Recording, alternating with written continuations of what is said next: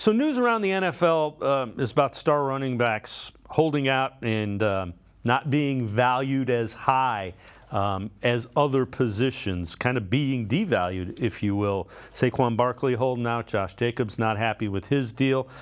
Andrew Berry addressed the topic of that, the value of running backs, as well as his thoughts about the Browns running back, Nick Chubb.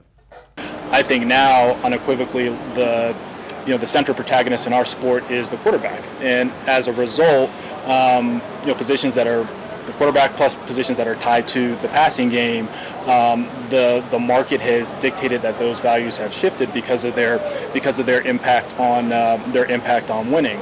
And I think you see that over time as the game changes, the game evolves. Now that being said, the rarest thing that you can find is a difference maker, regardless of position, regardless of your organizational philosophy. And now we have a defensive tackle that's making north of $30 million. We have a guard that's making north of $20 million. You have off the ball linebackers that are making $20 million, because there are players that break the mold. And for us, when we made our decision at running back, we felt like we had a superstar at the position who embodied everything that we wanted within the organization. So we didn't overthink it. It's Nick Chubb, right? And so for us, it was a pretty straightforward decision, because those difference makers are hard to find. And again, that's why you don't read too much into how much other people are paying their running backs. It sure sounds like Andrew Berry wants to find a way to make sure Nick Chubb is in a Cleveland Browns uniform for quite a while.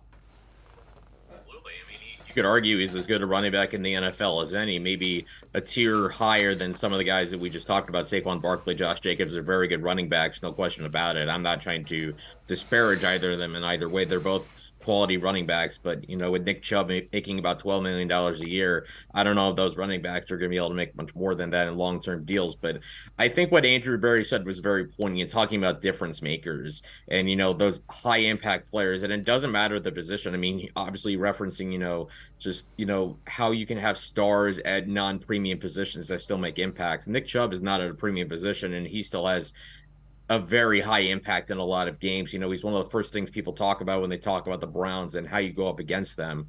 So I obviously, we know Andrew Berry comes from an analytically inclined philosophy, but it's kind of seemed like, the best thing you do for your roster, analytics or not, is find difference makers. And if you have difference makers, guys who can just make plays at any given time, basically regardless of the position, you do what you can to keep them for as long as you can. I don't know how long Nick Chubb has left, as far as that kind of player for the Browns, but, it's worth keeping around, because the odds of finding another guy who can be as good as Nick Chubb is extremely slim. So if you got one of those guys, it makes sense, like Andrew Berry said, to hang on to him as long as they still produce at a high level.